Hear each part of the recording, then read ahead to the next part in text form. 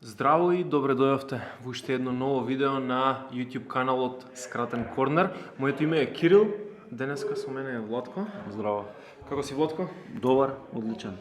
Ти, како си? Па добро е, да ти кажам, многу возбуден за темава, поради тоа што одбравме нешто што мојот и твојот клуб доста ги поврзува, ајде да кажеме. Се надевам дека мојот го поврзува. Па се не на исто ниво, ама реално. Денеска зборуваме за традицијата во фудбалот, односно колку е важна историјата и традицијата и сите тие пропратни работи за еден фудбалски клуб и за неговиот успех. Инспирирани сме од најмногу од настапите во Лигата на шампионите, Да. кај што ги видовме класичните европски гиганти како доминираат во ова четвртфинале. Во споредба со со другите, исклучок да. само на Сити, нели, кој што Да. не успеа да победи на традиција. Точно. Па да почнеме од почеток, баш нели, од кај што и треба. Што е традицијата во фудбалот као дефиниција? Мислам, што зборат луѓе кои викаат, твојот клуб без традиција е. Твојот клуб без традиција, да. Традицијата во фудбалот според мене е историски успеси на еден клуб, многу години наназад, може и век. Што континуирано бил присутен во најголемите надпреварувања, регионални и континентални, како и да е. Цело време бил во елитата на фудбалот, бил успешен, не само што играл, кога треба и да победуваш за да имаш некаква репутација. И според мене тоа е, да. Затоа има огромни препукувања на социјалните мрежи. Немате традиција, вие сте пластичен клуб, вие сте ова, вие сте она. Историски успех на клубови.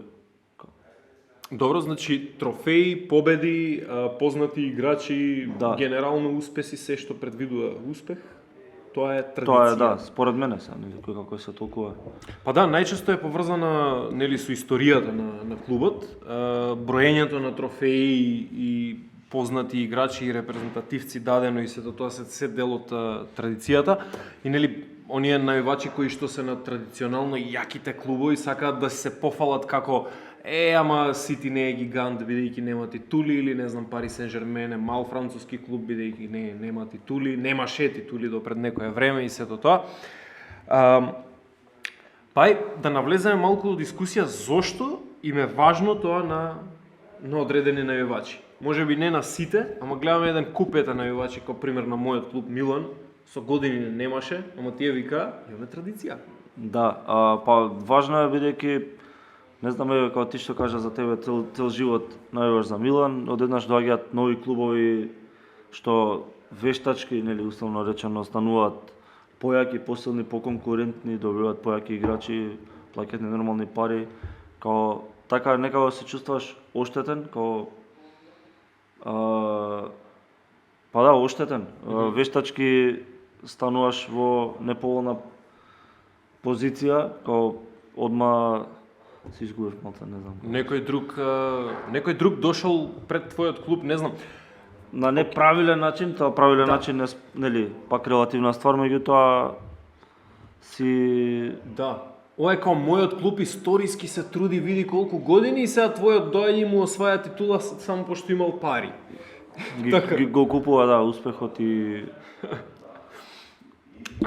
Добро, мислам дека е важна, традицијата во фудбалот е важна, мислам дека најмногу поради она што се вика карактерот на еден фудбалски клуб.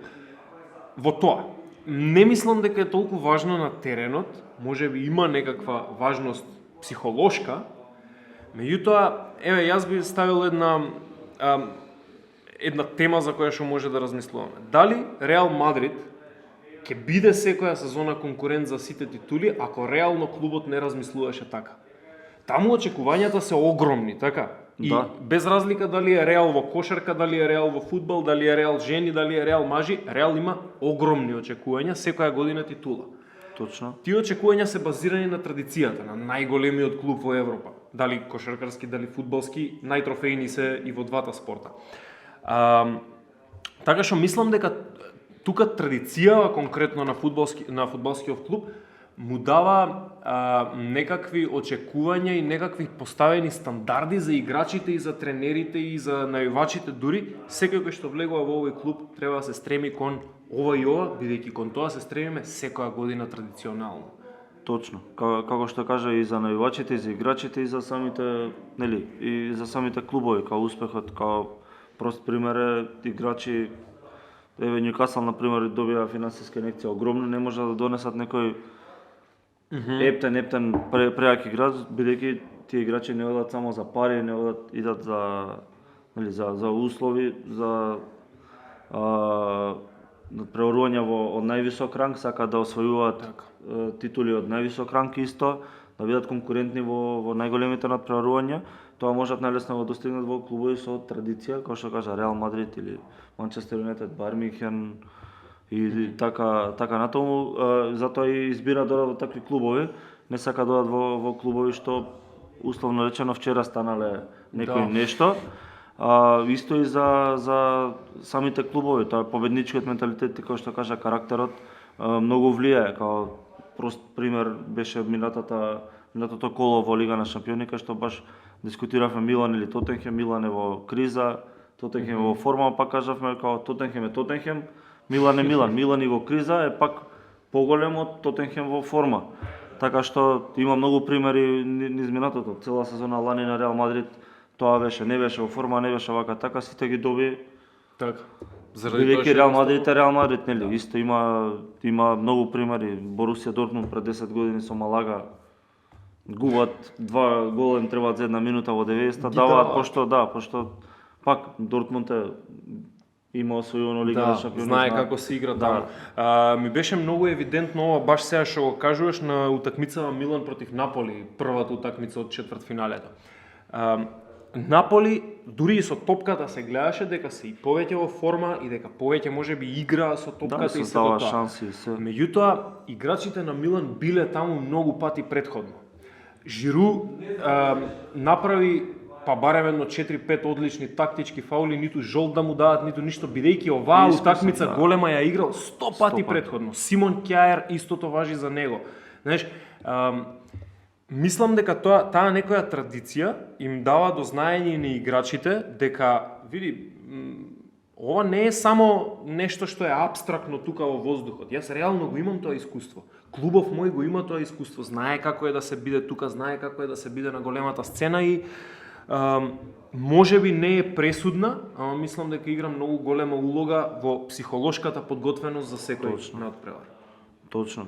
Тоа се подразбира. Исто да се случува со Интер и со Бенфика, нели? Пак Бенфика има традиција, меѓутоа на меѓународно ниво Интер е Интер, последен италијански тим што се Лига шампиони, играчите се полни со искуство. Сите. Можеби во форма моментално не се, техничка способност исто може да се нисто рамниште, меѓутоа Бенфика беше огромен фаворит, според обложуванци, според сите, меѓутоа пак Интер, клуб со традиција, нели, како што кажавме, олеснителна околност е на клубот и бидејќи веќе, како што кажа, ти бил многу пати во таква ситуација и знае што и како треба да се одигра во одреден момент. Така. Тука да го ставиме Муабетов да преспие. Ако вие издржавте до тука во видеото, добра идеја е да стиснете subscribe, да стиснете лайк, да ни оставите коментар. Многу ни е важно да не дигне алгоритмот малку нагоре. Многу сме близко до 1000 претплатници, така што ако се уште не сте стиснале subscribe, молиме направете го тоа што побрзо, бенефитите се огромни. Да имаме и ние традиција у иднина. Така, сега само скромни 3 години, ама за 10 години на внуци ќе се фалиме за ова. Лотко ми беше мило. Исто и мене. Бум, се гледаме.